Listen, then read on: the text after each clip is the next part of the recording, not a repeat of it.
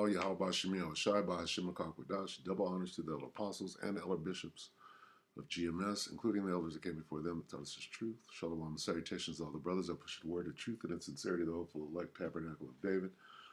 To the Aquaf that are listening and learning, being a pillar of rest, the 144,000 and 1/3, the hopeful elect of Israel, and Brother Yashawan.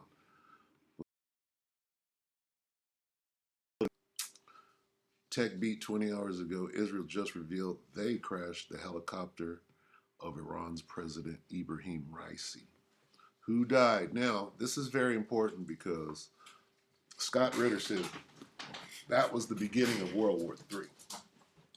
And when he said that, still unsure who did it. Scott Ritter knows who did it. That's why he said what he said. Anyway, if any of this is true, comments are turned off, right? That's a clue.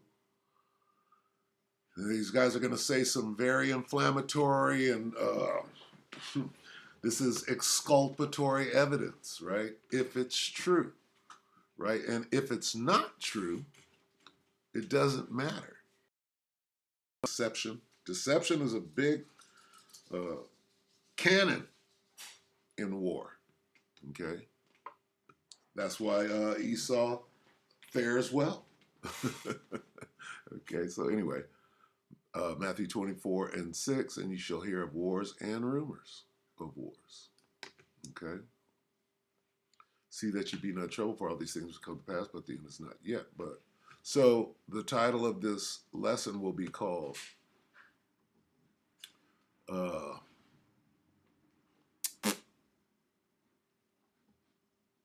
Wars of, we can put of right there, Wars of Rumors, okay? Wars of Rumors will be, or in the Hebrew, Wars of Rumors, right? So let us investigate. Where's that? This. Tegby, go.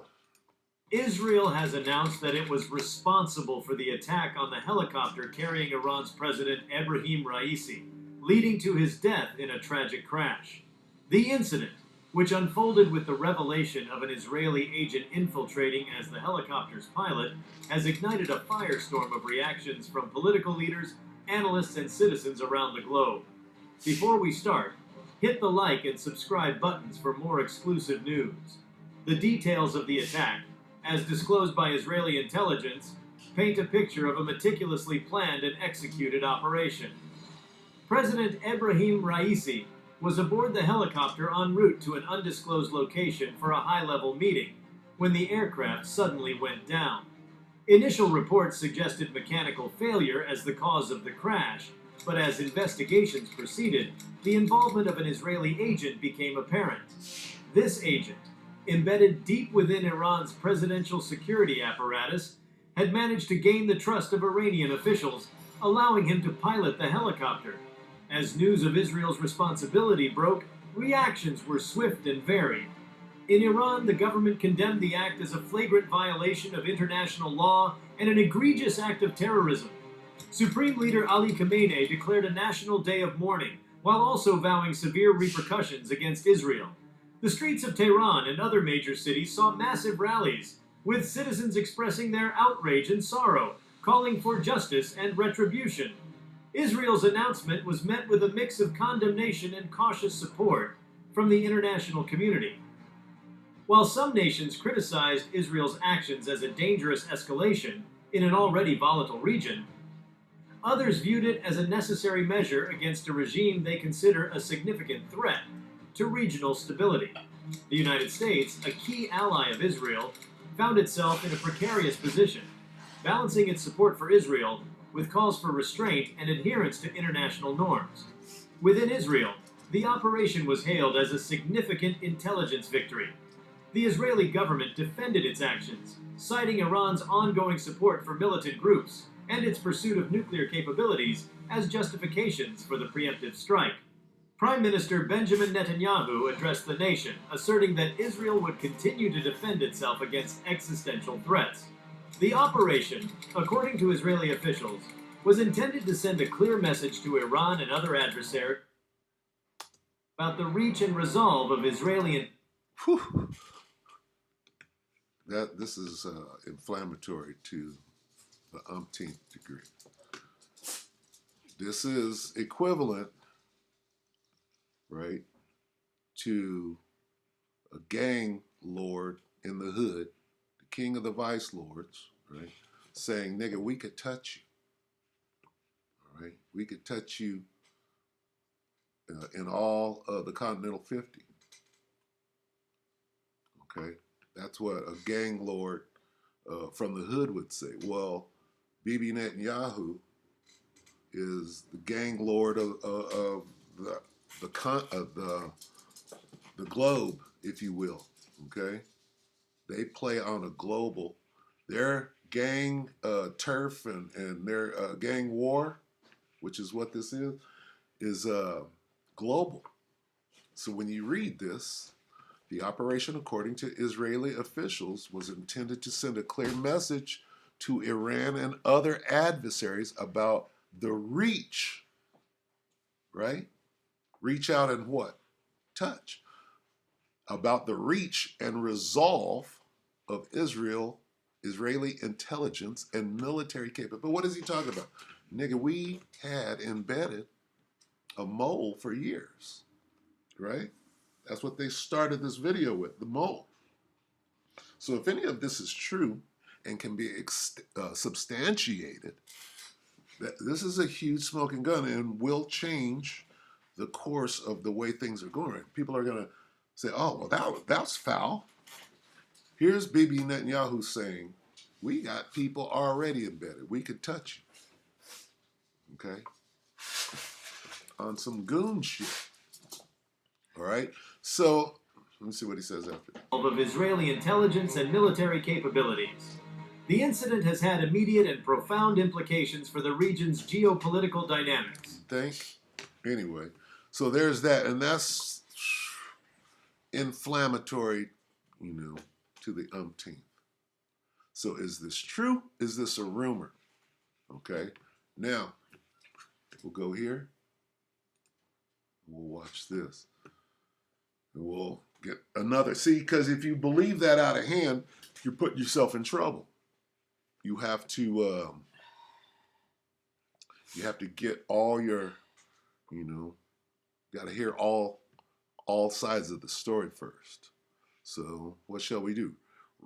Raisi chopper crash.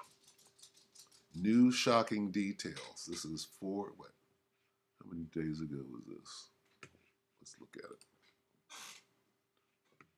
It was 3 days ago. Wyon, so Polka, what's her name? No matter who. Slovakia. I think I had it queued. Let's see. Interference. It says that the chopper followed the intended path before the.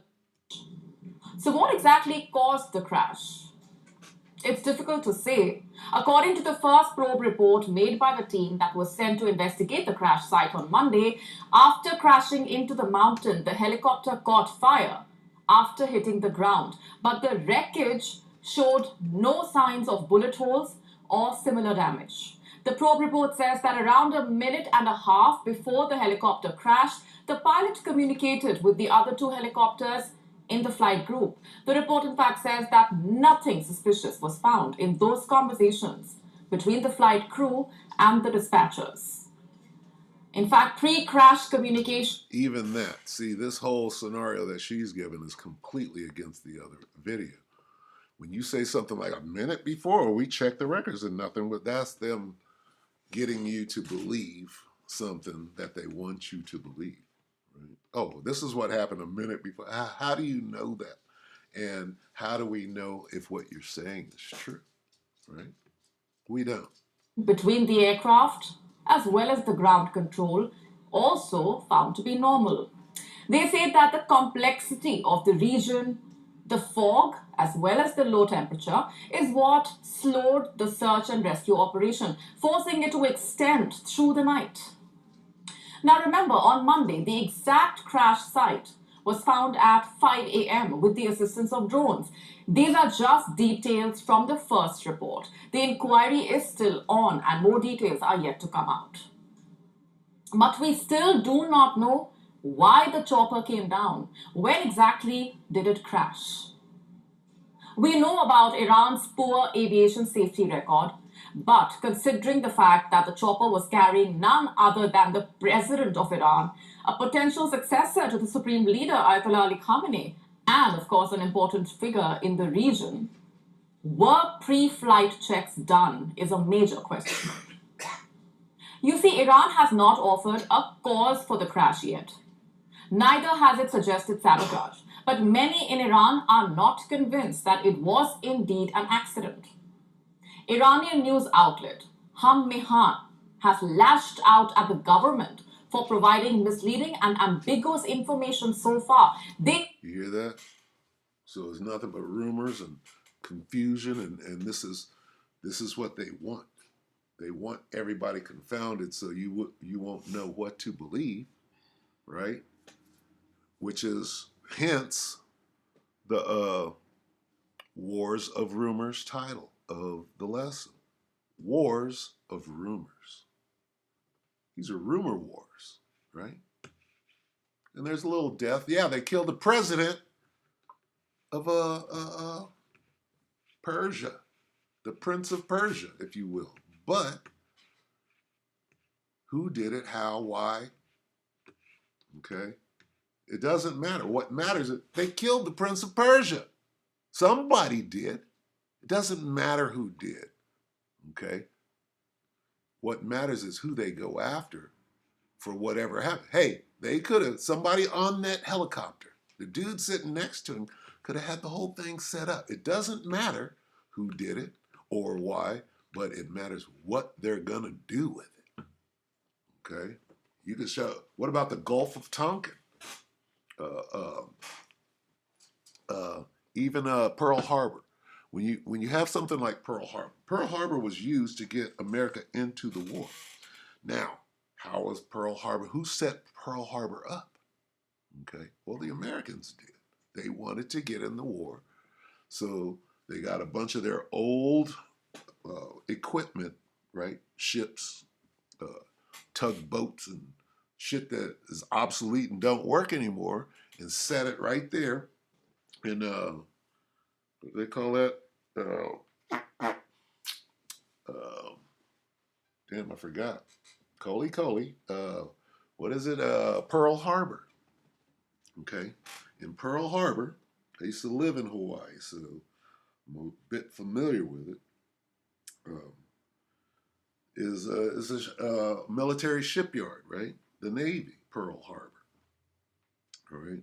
So they knew that the Japanese were coming, so they gave them a target to hit. They set up a flotilla of old ships and old worthless junk, and that's what the Japanese attacked.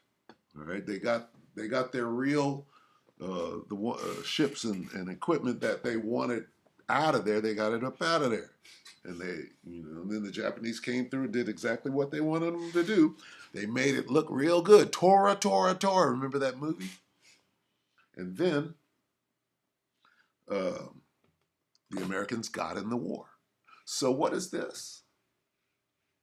Is this a reason to strike Israel coming from Persia? Did Bibi do this to try? So we don't know. What we have to do is we have to wait, be patient, and wait for more information to come out. But as you can see, both sides are not saying nothing because they're at war, and it's bigger than, well, see, because you got to understand the network, the information networks are at war too. Clearly, WION is on the side of the Israelis. Just from the timbre, if you will, of the conversation, let's listen to a little. Talk about government oversights. They criticize the opaque handling of the crash details. They raise questions about the presence of civilians at the crash site before any official forces came in. They say that the reason conspiracy theories are abound is because details have not been shared. She said conspiracy theory. Now watch where she goes with this. Helo, Helocopter, right? This is why the the uh, the espionage, the pilot being a spy and taking the helicopter down. This is why you can debunk it. You can say, well, he said that his name was Helocopter. Watch this. It's bound to happen. Any official finding will be open to interpretation. After all, suspicions are abound. Confusion. Remember, Raisi's chief of staff's explosive claims came. You see that conspiracy? This is the idea. This is Israel. Okay, this is Israeli Mossad, right? Feeding you. They're saying conspiracy, conspiracy, conspiracy, right? So when you hear something that sounds far out, right? When you hear something that sounds far out, you're like, oh, conspiracy. Let's see if they put it. Salaki, bear with me. Ismaili, who was also part of the helicopter convoy that day, told an Iranian news network that the weather that day was absolutely clear. He was in a third copter behind the one Raisi was in. Ismaili said there was no fog. He said that it was only half an hour into the journey that they saw a small patch of clouds. There was also no turbulence, according to him. So that throws conspiracy. Oh, there was no fog. The initial report, fog. Somebody on the third copter, no fog. If they even said that, right? Now, what are they pushing? Oh, there's that word. Conspiracy theory deep. What? What? Who said conspiracy theory? Who said that this was conspiracy? Gotta be whoever did it, right? Right? And this would lead you back to the Mossad. That this whole Operation Wyon, right? When you listen clairaudiently, right? You hear the mood. You hear whose side she's speaking on behalf of, right? the bad weather theory out of the window, does it? Now, this is the kind of obscurity that has sparked speculation. The timing is also important. The crash comes as the Israel-Hamas war roils the region. Iran-backed Hamas-led the attack that started the Gaza war, and since then, even Lebanon-based Hezbollah, also supported by Tehran, has fired rockets at Israel. And then last month, Iran launched a counter-attack at Israel with hundreds of drones and missiles. For those disposed to believe the crash was Israel dropping the other shoe, sure, the site of the crash does fuel speculation. Just have a look at where the helicopter went down, near Iran's border with Azerbaijan. It's the least friendly of Iran's neighbors, and that also has to do with the fact that it maintains friendly ties with Israel and has a history of cooperating with Mossad. Did you hear that? So, Azerbaijan is in bed with the Israelis. So whatever this was, right, could be the Israelis saying, uh-oh, they're trying to open up these dams over here. That's not beneficial to us. So we got to send in our operative to stop this from popping off, right? Could be that, right? Could be many things. You just got to get all the information and then make an educated guess.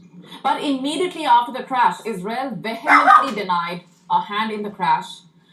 What else? There is also internal politics of Iran. There is persistent rumor mongering, persistent rumors that Supreme Leader Khamenei, who has ruled the country for 35 years, is ailing. Western media reports suggesting that maybe Raisi's rival or rivals who were not happy with the fact that Iran's top job would go to him conspired to kill Raisi. Whatever happened on that fateful day clearly continues to keep everyone on the edge of their seats. As more details come out, maybe these conspiracy theories will be laid to rest or perhaps open a Pandora's box. We will have to wait and watch.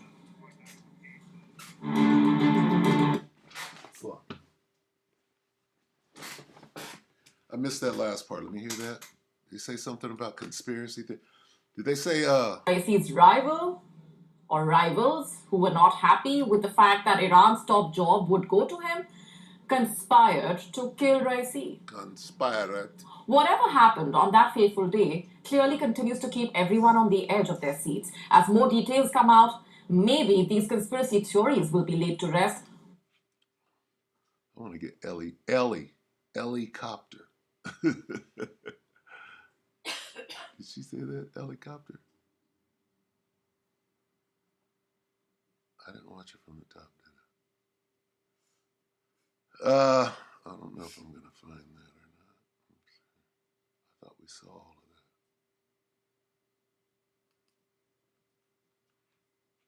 that. That's pretty cool. Azerbaijan. Still, conspiracy theories surrounding his sudden demise continue to circulate. Today, fresh details have emerged around his death by Iran's military. They refute any foul play. The default explanation seems to be bad weather, poor aircraft quality, Western sanctions. But more than fog on that fateful day obscures the crash and the timing of it. We will get into it in just a bit. First, let me tell you what the first report of inquiry says about the crash that killed not only Ibrahim Raisi, but also 7 others in his delegation. It was released on Thursday by the General Staff of Iran's armed forces. It hints that there was no external interference. It says, I think that's where we came in at. There's a part in here where she tries to debunk what we saw on the other, the confession, if you will, of the Israelis. See, there's no talk of the Israelis saying supposedly what they said, which goes here. Let me see. No, it goes here. Let's see. This sentence here. Let me see. This. Okay, the operation, according to Israeli officials, was intended to send a clear message.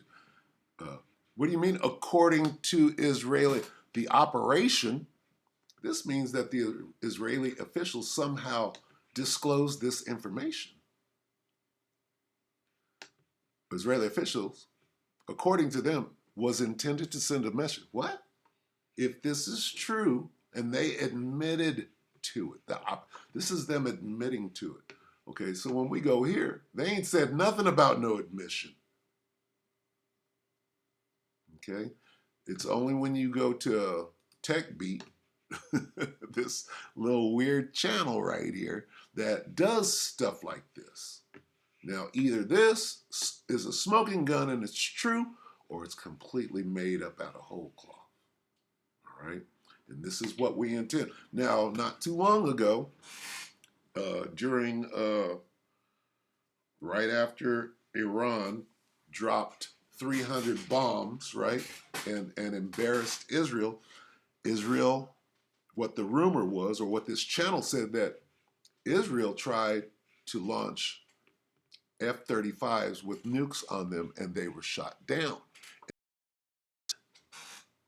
Right, just pushed off the internet or into the background, expunged, if you will. Nobody's talking about that at all anymore. So was it true? I think it was. There's too much evidence that it was. Okay, so what does that go to? That goes to rumors, that goes to cleanup, that goes to deception, Salakia. That goes to deception, which is what this whole game is about. Propaganda. It's about deception. You're supposed to be using everything in your golf bag. Okay? The lie club, the deception club. All right, that's a wicked shot right there. What are you going to use? Give me my lying putter. All right? And that's what this is. One side is either giving you the truth or some grandiose bullshit, and the other side is debunking it. Okay, and what do we have? Wars of rumors. Okay, I don't want that. Let's go to this one.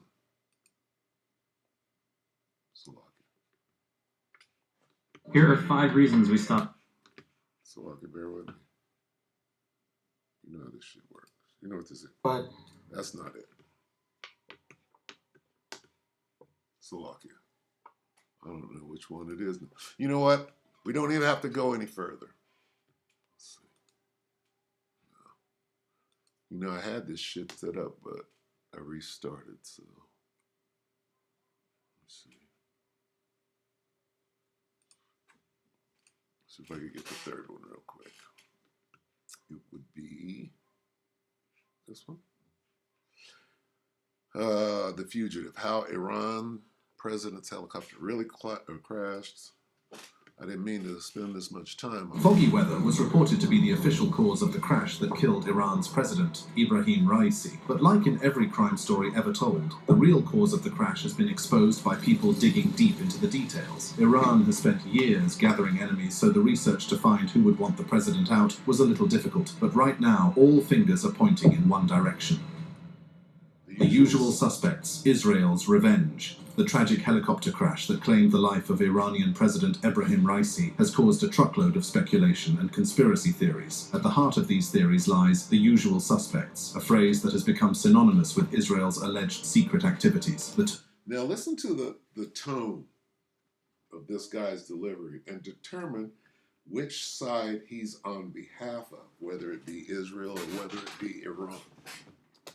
Israel's revenge has been ringing through the corridors of power, suggesting this crash could have been both payback and secret warfare. In the 21st century, the tension between Israel and Iran has only intensified. Israel's concerns over Iran's nuclear program have led to a series of covert operations, including the Stuxnet cyber attack that targeted Iranian nuclear facilities in the late 2000s. Iran, for its part, has expanded its influence in the region, supporting groups like Hezbollah in Lebanon and Hamas in the Gaza Strip, both of which are sworn enemies of Israel. Tensions hit a peak when, under President Raisi, Iran directly attacked Israel by air in April 2024. This shocking move alarmed the international community and worsened the already strained relations between the two nations. It was in this context of rising hostility that the fateful day occurred. On a seemingly routine journey, President Raisi's helicopter took to the skies, only to be engulfed in tragedy. The chopper, navigating through the mountainous northwest of Iran, encountered what was officially reported as heavy fog and rain. Bad weather was blamed for the hard landing that led to the devastating crash. The loss of President Raisi deeply affected Iran and beyond, with many mourning the sudden death of the country's leader. Social media buzzed with speculation, with hashtags like Tajim Mossad and Kancham Raisi crash trending worldwide. Theories, both believable and wild, spread quickly. Some suggested sabotage, while others claimed advanced technology was used to carry out an assassination. Some even suggested that the pilot had been compromised, raising questions about the security protocols surrounding the president's travel. The fact that two other helicopters in the presidential convoy emerged unscathed only added fuel to the fire. Some users also stated that the helicopter crash was an act of sabotage planned by Israel's intelligence agency, Mossad. They believe it serves as revenge for Iran's recent drone strike on Israeli soil. Other users went further, suggesting the involvement of direct energy weapons or even a space-based laser. Prominent members of the r/conspiracy subreddit started theorizing about other reasons for this helicopter crash. They referenced a failed assassination attempt that was done on the 15th of May, involving the Slovakian Prime Minister Robert Fico. Following a government meeting at the House of Culture, Robert Fico was greeting a crowd in the square and shaking hands with citizens when a man in the... I'm going to run this back because this is very important and we're going to keep our eye on it. Now listen to what he said, how he's setting this up. He said that a Reddit user, what is that? Some Reddit things? Look at this, watch. Or even a space-based laser. Prominent members of the r/conspiracy subreddit started theorizing... r/conspiracy subreddit. Let's see if I can get this. r/whatever, ask Reddit, posted by U Bay Area Board 510-9 days ago. Okay, listen to what he put together.